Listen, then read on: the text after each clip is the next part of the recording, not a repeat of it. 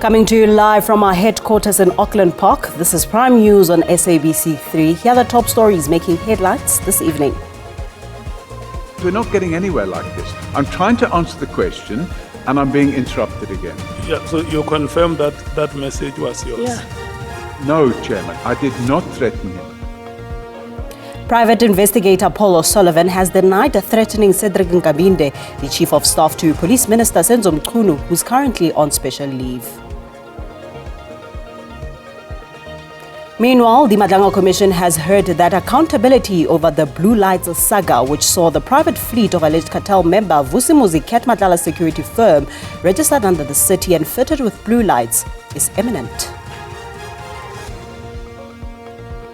And the Deputy Minister of Water and Sanitation has revealed that soft water restrictions will be applied in areas where provision is made amid the current water crisis affecting South Africans.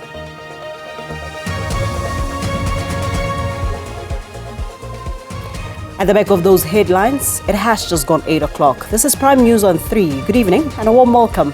My name is Paulette Nell. Thank you for joining us tonight as we give you the day's updates from news making headlines here at home and around the world to sports and weather updates. We've got you covered. But let's begin here for tonight.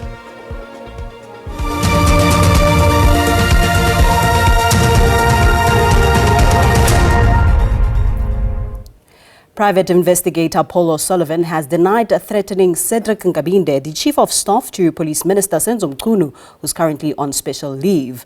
O'Sullivan told Parliament's ad hoc committee that he had informed Nkabinde that it is a criminal offence to lie under oath and that doing so could result in imprisonment. However, he maintained that the message did not constitute a threat. He says that if members of Parliament interpret it as a threat, that is their view. First place, I didn't threaten him. I told him that it was a criminal offence to lie under oath, and you can go to prison for that. And I said to him, you're a lying crook and you belong in prison. Because what happened to me, I received a WhatsApp. I wasn't watching. If someone does Sorry, that Chairman, to you, can I when you are finish sitting answering there? the question? Because we're not getting anywhere like this. I'm trying to answer the question and I'm being interrupted again. Yeah, so you confirm that that message was yours? Yeah. No, Chairman, I did not threaten him. I told him that it's an offence to lie under oath in Parliament. It's okay. Do you confirm that you sent that message to Mr. Nkabinde? I sent that message to him. Thank you. Meanwhile, accountability over the Blue Lights saga, which saw the private fleet of alleged cartel member Vusimuzi Mandela security firm registered under the city and fitted with blue lights, is imminent. This as the Mandela Commission heard that the Director of Public Prosecutions is set to make a decision on IPID's referral on the matter. IPID officials are currently in the hot seat over their role in the alleged criminality that had engulfed the EMPD.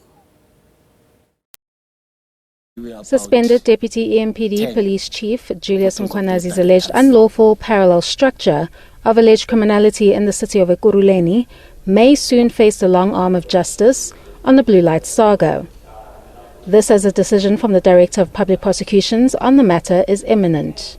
The decision has not yet been made, but the decision will be made and is quite imminent. Because everything that needed to be collected has been collected. The Commission further heard that Ekurhuleni, which has 6 IPID investigators allocated to the region, has shown certain trends of crime. The truck hijacking that have been staged is a problem. We have the issue of drugs, the proliferation of drugs there. The testimony further revealed that policy challenges result in difficulties in ensuring the compliance with IPID's recommendations within 30 days. Thuso Kifelakai's evidence states that SABC is highly regulated, meaning that compliance is less challenging. However, with municipalities, gaps remain, suggesting that while other municipalities fall in line, Ekurhuleni has allegedly been resistant, as seen in the case of Commissioner Julius Mkhwanazi. Commissioners, the concern here is that whilst you'd appreciate the fact that it appears that the law does not apply fairly, in a sense that if it's other colleagues within the municipality, their matters are dealt with without us having to write letters and to even do this kind of follow-ups. So for me, if it wasn't for this commission, we would still be sitting with this problem. The hearings continue. Kani Mapanga, SABC News, Pretoria. All right, let's look into this now. President Cyril Ramaphosa has used the 36th commemoration of the release of former President Nelson Mandela to officially open the Nelson Mandela Rules Training Center. The training center, which is dubbed the first of its kind on the continent, is situated at the Drakensberg Correctional Center outside Paarl in the Western Cape.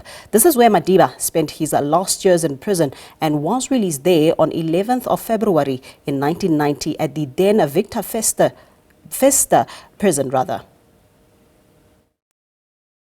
First on the continent, officially opened by the president, this training center will provide multiple skills to offenders to ensure they are ready for the outside world, and it will also be a symbol to preserve Madiba's values. Today, the Drakensberg Correctional Facility once again stands at the threshold of a new chapter in our country's history. The president has emphasized that the correctional centers of the country must act as rehabilitation centers.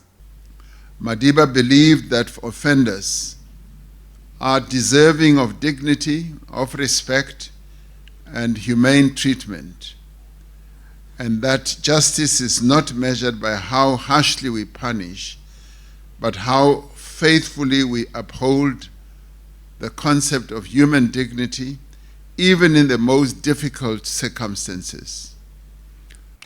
The plan is to ensure that ex-offenders are properly reintegrated into society so that they don't re-offend.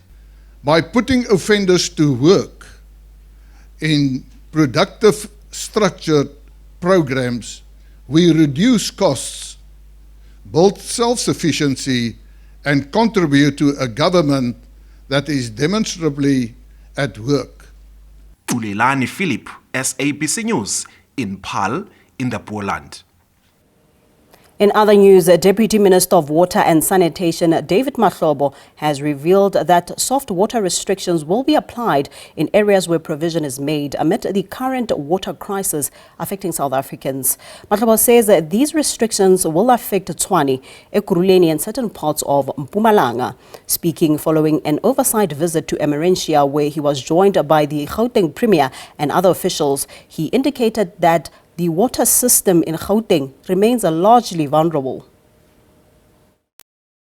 Consumption became very, very high. When the consumption became very high, the Minister and Water, they communicated through the Office of the Premier, the Mayors and the MEC. And MEC wrote to all the municipalities to say, we need to start to save water and use water sparingly. We know that the idea of say save water, you can't say it to people that don't have a drop. But there are those that we mean that they were getting a drop of water, but in the main, they were not using water wisely. Growing population, formal and informal. As you come this side, you could see all hijacked buildings. And those hijacked buildings, they use water. They use water, they don't pay for that water.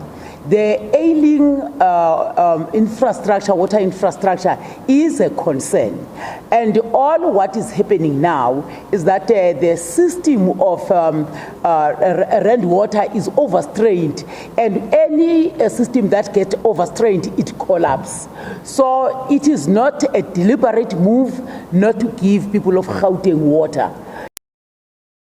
Meanwhile, the DA in Johannesburg has announced that it will take legal action against the Joburg Water and the city of Johannesburg.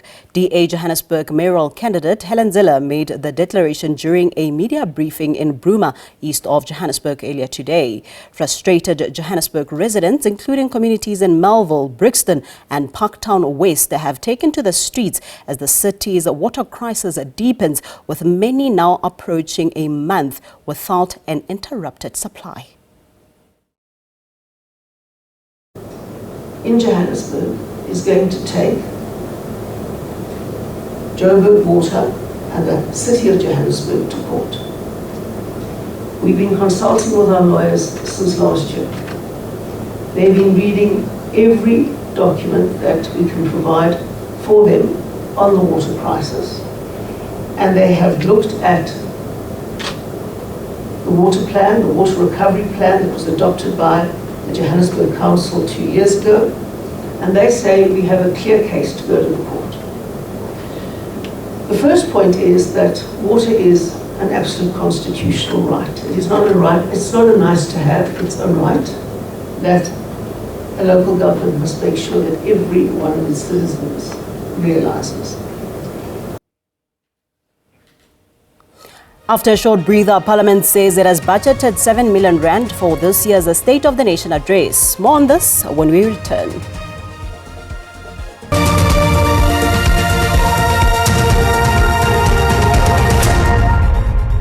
You're still watching Prime News on 3. Let's continue with this. Parliament says it has budgeted 7 million rand for this year's State of the Nation address.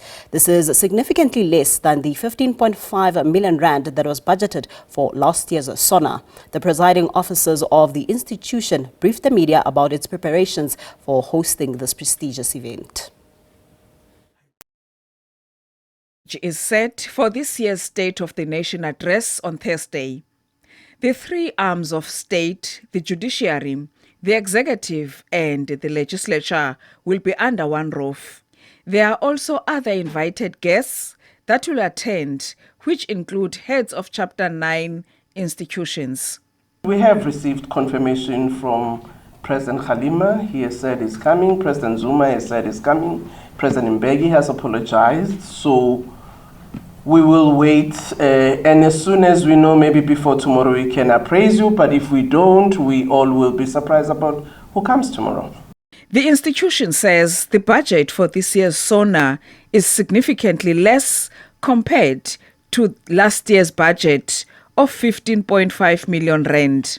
Cost of the budget for this year is 7,025,000, and largely is driven by costs of hiring equipment that covers all the broadcasting and all costs around ensuring that our ICT infrastructure is fit for purpose. And those are consistent drivers of the main cost. The City Hall is not costing us a lot of money. It says it's hoping that this is the last SONA to be held at the City Hall. Lula Mamatya, SABC News, Parliament. Let's look into this now. Parents in Villa Liza, Boksburg, say ongoing scholar transport challenges are overwhelming. They say that the daily costs of ferrying their children to school are unsustainable. Despite assurances from the department that services will resume on Monday, many parents still gathered at bus stops. We are very perplexed because the bus will be here by 7 o'clock, so there's no bus. They used to deceive us. They tell us the bus will be here, but no one honored their progressive, because we asked the MEEC to come here because we have an uncompleted school where the kids are sleeping, because this thing of paying the bus is draining us very well. Remember, such parents that are unemployed, they got only 5 kids. You can count 5 kids if you count that money per week, how much you lost due to unemployed. So we're urging Panyatal CF to come here and complete that at the unfinished school. So we'll be happy if the bus will be here on Monday and resume to work as usual. Outgoing DA leader John Steenhuisen says the party's leadership role is a lonely post. Steenhuisen has disputed allegations that he was pushed out and hopes the party will not exit the GNU. In a sit-down with the SABC politics team, Steenhuisen says he has achieved what he set out to achieve. Like every political career, it's been a lot of ups and downs. There have been setbacks, there have been victories, there have been achievements, there have been disappointments. And I think that's a sign of a healthy career, because no career is ever a linear 45-degree angle upwards. You have to be able to navigate the lows so that you can enjoy the highs. And that's how you, I tell all of my new MPs when they're coming in, how you judge a successful career. I would also say that I've achieved what I set out to do for my party. I said I'll take us from sitting at 16% in the polls, a leader walking off the job, people writing the DA off, saying we're going to get back to winning ways, we're going to get the party back up and running, we're going to get back to core principles. Then I prepared the party for the coalition era that I saw was going to come, and got the party thinking about what would happen if certain scenarios played out. And I'm glad that we did, because we were then able to lead the party into national government. And no matter what people say about my legacy, I will be the first DA leader to have taken us into national government.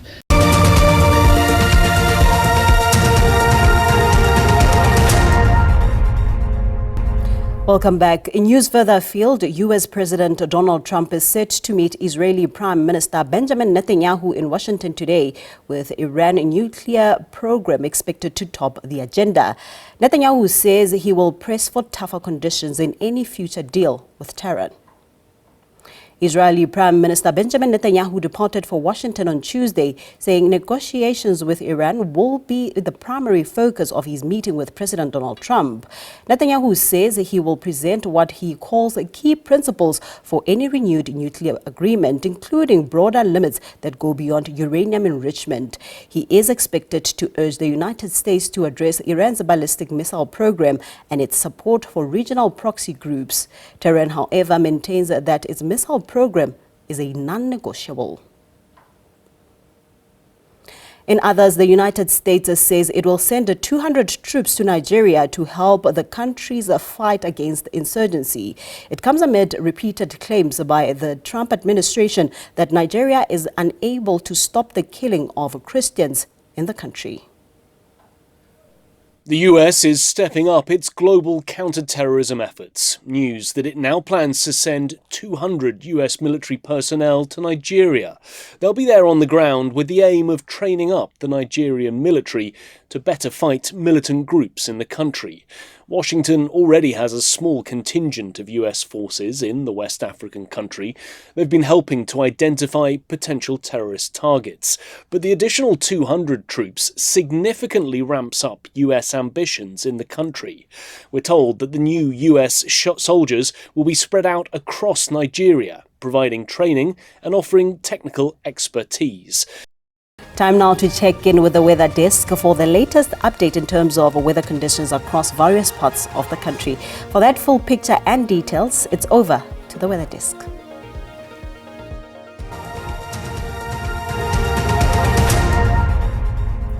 Good evening and welcome. Let's take a look at what's expected tonight as well as tomorrow in terms of your weather. Clear skies over the extreme western parts of the Northern Cape, otherwise partly cloudy conditions, cloudy at times through the central as well as the southeastern parts. That's with a broad band of isolated showers and thunder showers scattered mainly over the southern parts of the Western Cape, into the eastern parts of the Eastern Cape, southern KwaZulu-Natal in places, over the Free State and the extreme eastern part of the Northern Cape.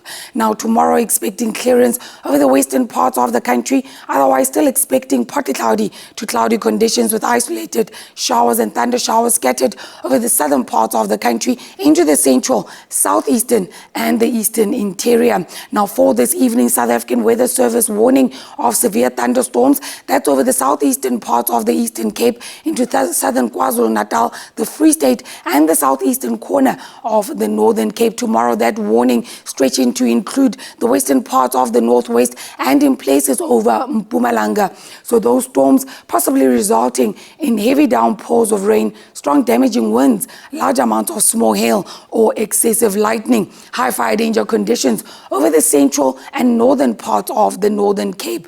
Now overnight temperatures seeing Graaff-Reinet down to 16, George at 18, 5 in Johannesburg expecting an overnight low of 19, tomorrow peaking at 30. It will be very hot in Palabora with 36, a warm day in Port St. John's with 25, cool conditions expected in George with a high of 21, Oudtshoorn 23, Cape Town expecting a maximum of 24. That's your weather. Do stay tuned.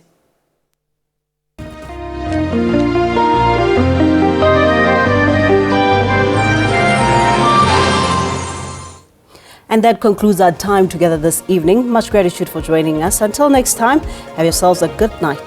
God bless. Pula.